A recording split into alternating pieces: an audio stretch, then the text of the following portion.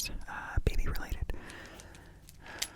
And then I think I'm gonna read what I wrote a year ago, which is the story of her birth. So this first little trigger, I don't know how you can see it because I have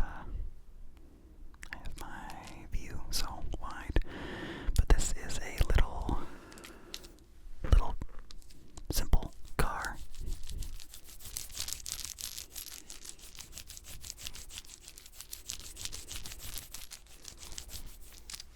Very simple.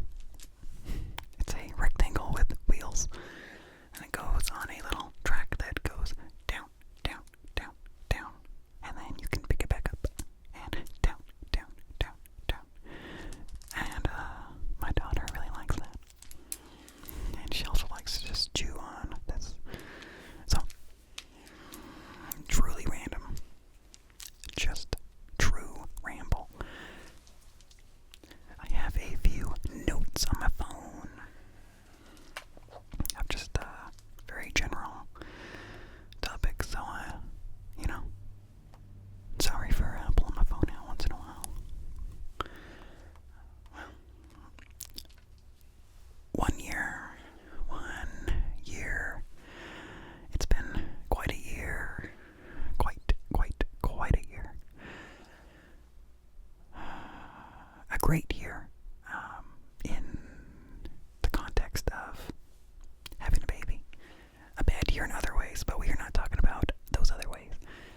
So, yeah. Originally, my daughter was set to be due on Cinco de Mayo. So, May 5th. Well, she decided to come early. She came early, in late February, and that's a big time difference. I myself was a preemie. I think I was only like 4 weeks early. I'm aware of the concept of a preemie that, it's kind of normal for babies to be born early, but late February is a big difference, from Cinco de Mayo, and so that was a lot of stress right there. I'll give more details in the actual written account, but it all worked out. We spent several weeks in the NICU, the neonatal intensive care unit, and that was actually a very calm time. Once all the stress of being born was over, and it was clear that she was okay. She's in a tank. To keep her warm, basically an incubator, and attached to a lot of tubes and just monitors. Heart monitor, oxygen monitor, and a feeding tube. And there was always, nurses ready for whenever any alarm would go off. So, we knew she was pretty safe. And we were told by several people in their 20s or, whatever, that when they were born, they were preemie and they were at this very hospital. And so that was, over 20 years ago. Imagine how much better the technology is and how much more safe our daughter is. So, that was a comfort.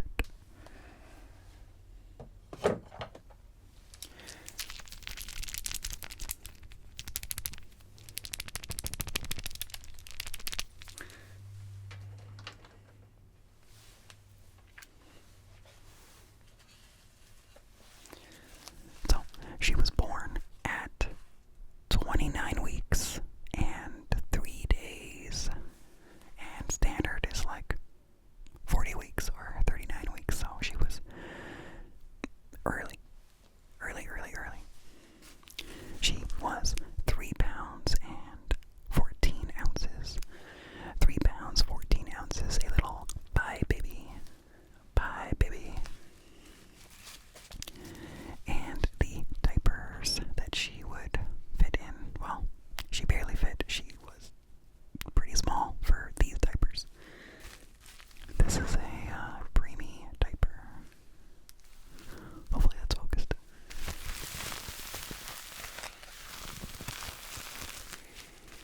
And yeah, she was so small that we actually had to, well, let me show you the scale with my hand right next to it. So, that's pretty small.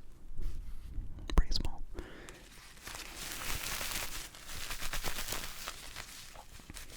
And we actually had to fold over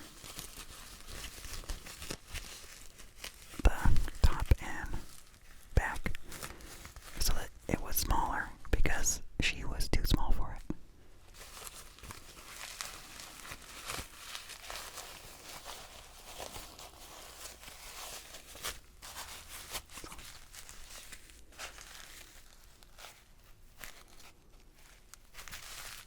Very tiny.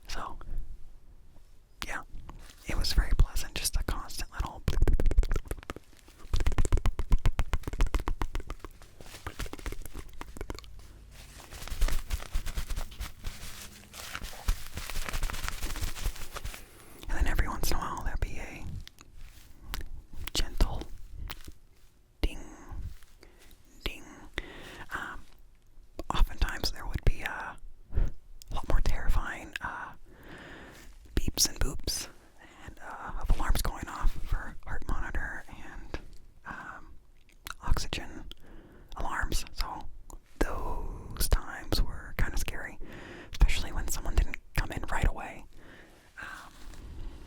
Just remember, this story has a happy ending.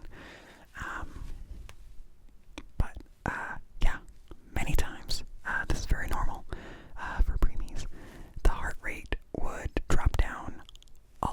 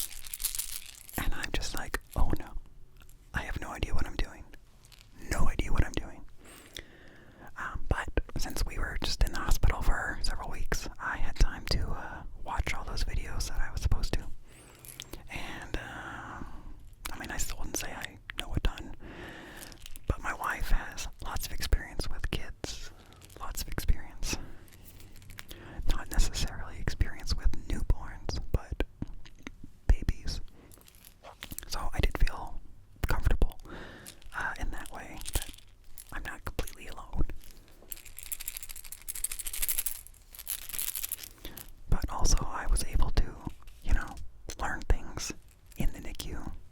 It was a nice transitional time. Starting off not knowing anything, and, being taught how to change a diaper, how to take her temperature, how to do stuff.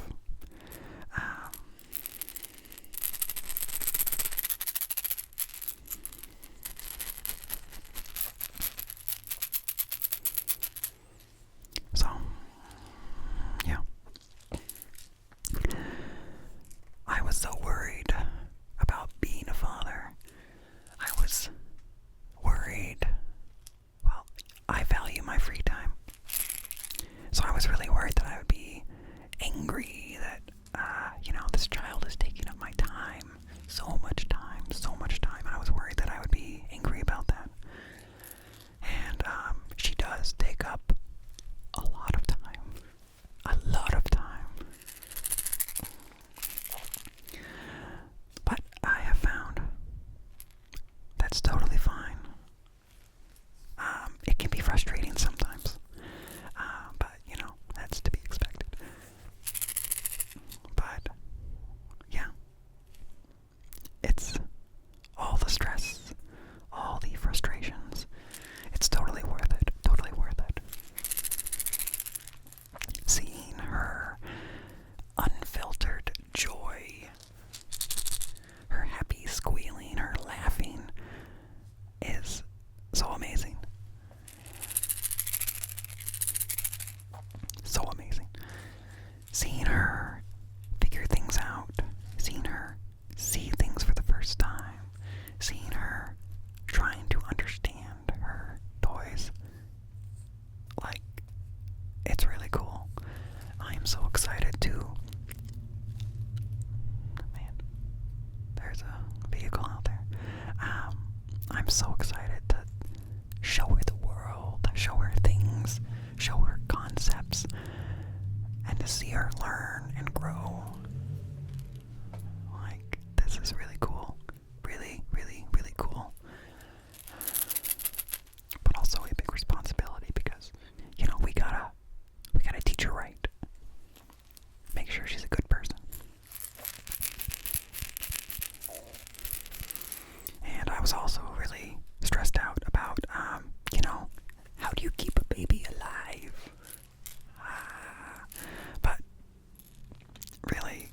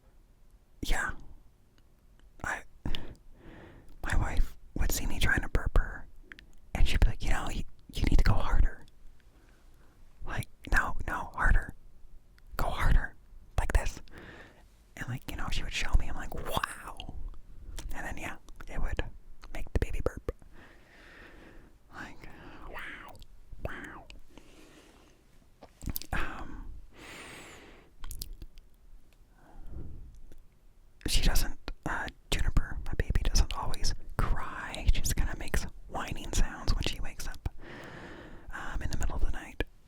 And, you know, it's kind of like a wail, but like not crying, like, I don't know how that translates. But there's been times when, you know, she's with us, sleeping with us, because she can't handle being by herself, I guess. But we'll hear what sounds like a baby crying from the baby monitor, and it's really creepy. But it turns out her whining and our cat whining sound the exact same. Like, it's spooky how similar it is. And it's really creepy to hear on the monitor when you know the baby's not in the room. Yeah.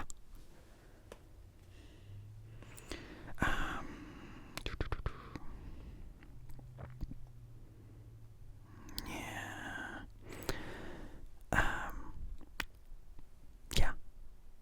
In the beginning, it was easy to soothe her. She just fell asleep right away. Hungry tummy. But yeah, if you want to soothe your young baby, try just shushing them. Like, shh.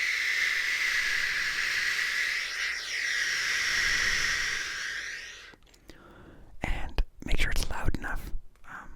Surprisingly loud. Like, even vacuums can help them. Like, for some reason they like it. When they're young, at least. My child also liked me going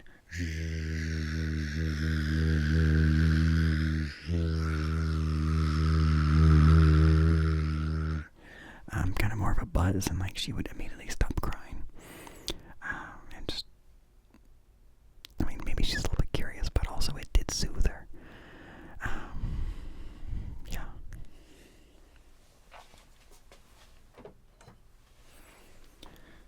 So, yeah, just random stuff.